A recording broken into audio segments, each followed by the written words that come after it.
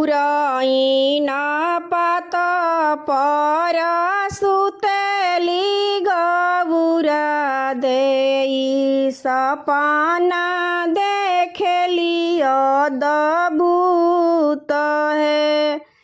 पुरैन पात पर सुतेली गौरा देई सपना देखेली अद्भुत है। मचियाही बैठल सासुह बढ़ई तीन सपना के करना विचार हो। मचियाही बैठल सासुह बढ़ई तीन सपना के करना विचार है।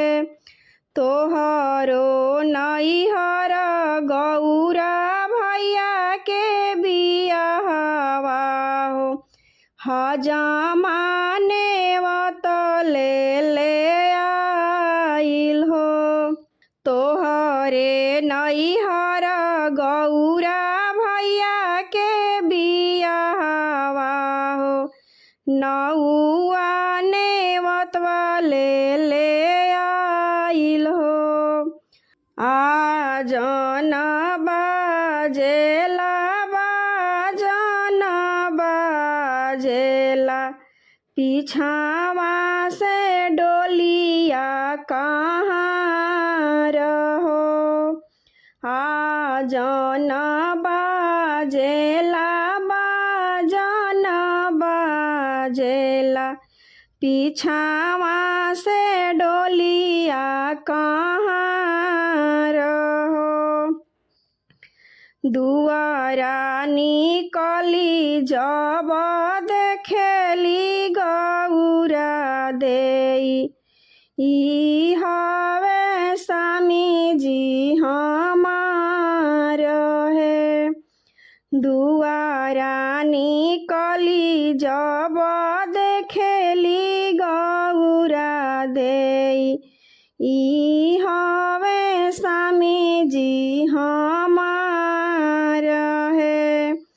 हम तोह से पूछिले शिव हे महादेव डाँड़ पियर कैसन देखी है। हम तोह से पूछिला शिव हे महादेव डाँड़ पियर कैसन देखी है। तोहरो नैहरवा गौरा साली सरहजिया हो हंसत खेलत पियरी पेन्हाई हो। तोहरे नैहरवा गौरा साली सरहजिया है हंसत खेलत पियरी पेन्हाई है।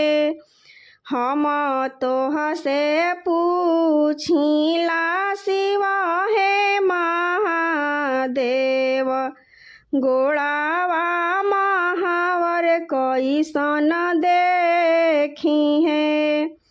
हम तोह से पूछिला शिव हे महादेव गोड़ावा महावर कैसन देखी है। तोहरो नैहरवा गौरा साली सरहजिया हो हंसत खेलत गोड़ावा रंगेली हो। तोहरो नैहरवा गौरा साली सरहजिया हो हंसत खेलत गोड़ दिहली रंग है।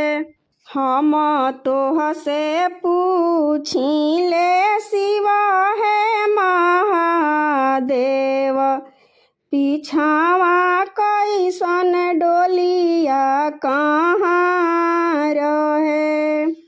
हम तोह से पूछिला शिव है महादेव, पीछावा कैसन डोलिया कहाँ रहे। तोहरो नैहरवा गौरा साली सरहजिया हो, हंसत खेलत डोली चढ़ियाई है। तोहरो नैहरवा गौरा साली सरहजिया है, हंसत खेलत डोली चढ़ियाई है। घूंघूटा उठाई जब देखेली गौरा देई, ई त बाली बहिनी हमार है। घूंघूटा उठाई जब देखेली गौरा देई, ई त हई बहिनी हमार है।